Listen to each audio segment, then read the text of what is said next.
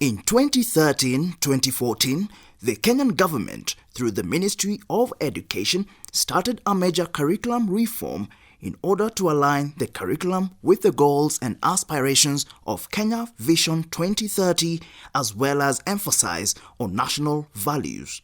The ministry assures all Kenyans that the implementation of the CBC will progress with a seamless precision to ensure that our learners get a world-class education.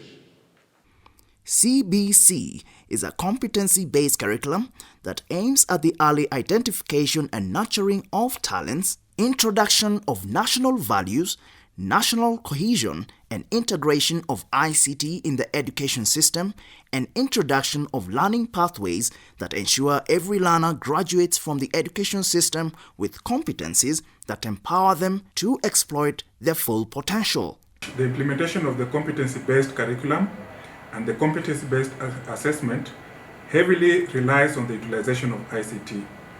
Inculcating digital literacy in young learners is paramount in the 21st century, as ICT skills are demanded in almost all disciplines and in all functional areas. Monitoring of learners' progress is a systematic process of documenting knowledge, skills, and attitudes acquired by a learner for purposes of making decisions. This mode of assessment is carried out throughout the learning process, which is a process of checking what the learners have learned and how well they have done it, and to allow the teacher to take remedial action where is necessary. In 2019, monitoring of learners' progress was undertaken to gather evidence on learning achievements at the end of early years education (EYE), establish the interventions required for teacher support, enhance school and educator accountability, improve learning and instruction, inform education planning and policy. This process is referred to as Grade 3 National Assessment or Grade 3 MLP. Competency-based assessment places emphasis on formative evaluation. Therefore, it provides adequate feedback on effectiveness of curriculum delivery and appropriateness of assessment tools and methods. The exercise targeted learners who had gone through the early years of education (EYE), which covers pre-primary 1 (PP1), pre-primary 2 (PP2), grade 1, grade 2, and grade 3. Grade 3 assessment tasks were developed by the Kenya National Examination Council (NEC). The tasks were then uploaded on the NEC Grade 3 portal. The head teachers were required to download from the assessment portal and facilitate the administration of the tasks to the Grade 3 learners. The administration of the competency-based assessment does not have aspects of invigilation, supervision, and the heavy security presence as witnessed during the administration of the high-stake examinations of KCPE and KCSE. Curriculum support officers, CSOs, were sensitized by NEC on the process of administration and consequently offered assistance to the schools during the assessment exercise. 2019 Grade 3 National Assessment covered 3 learning areas as follows. English language activities.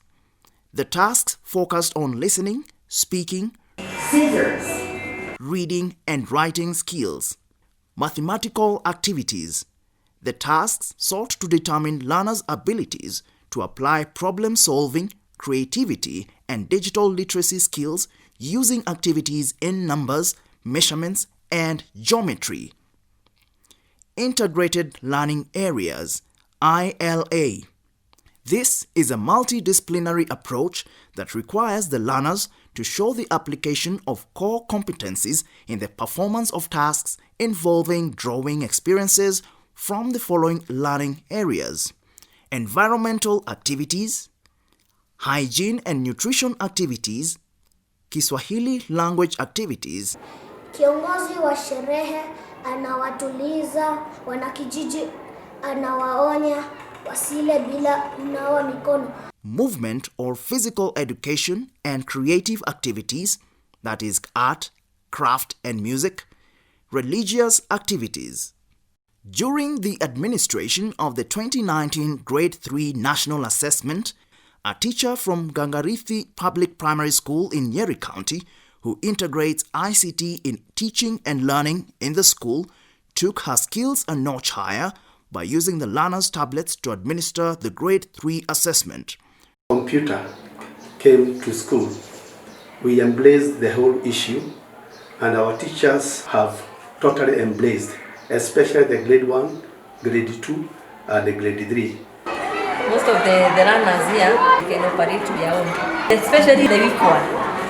You find that when they are using the gadget, those very weak ones, they are even the ones that will assist the others. She downloaded the assessment tools onto each learner's tablets, and the learners used the tablet as the question paper while writing their responses on their exercise books. The tablet was brought by the government. We embraced that, and since then we have been using ICT in our schools. When CBC came into we took that opportunity to integrate ICT in our learning. For the reading tasks in the English activities, the learners confidently read directly from the tablet. She therefore gave Otieno 1 pencil, As the teacher was scoring their reading competencies. The tablets were provided by the Ministry of Education as part of the digital literacy program. No access completely to the internet. Just ask KICD to load the content here, the test items. Then they will just come and put it. So let me ask you another question. You have content assessment. Sasa. Yeah? Yes. So is it possible to put this content there? Yes. In fact, even if we were not using the tablet, we could have made that projected that. So using that server, I can control them from here. Great. That's what I wanted to hear from you. The ease with which the learners used the tablets in the conduct of the assessment exhibited their competencies in digital literacy. The formative assessment tends to find out learners' acquisition of skills, knowledge and attitudes in the course of learning. It does not aim at awarding learners with grades and has no ranking of both learners and schools. This great innovation is a clear indication that digital devices can be used in teaching, learning, research, and assessment, and play a great role in reducing the costs associated with printing of assessment tools. This is an innovation worth being replicated by other schools in the future. Parents and guardians, let us provide a safe and healthy environment for our children as we encourage them to ask questions all the time on issues that are affecting them and discuss their progress with their teachers and participate actively in all the school activities as we monitor the implementation of the new competency-based curriculum.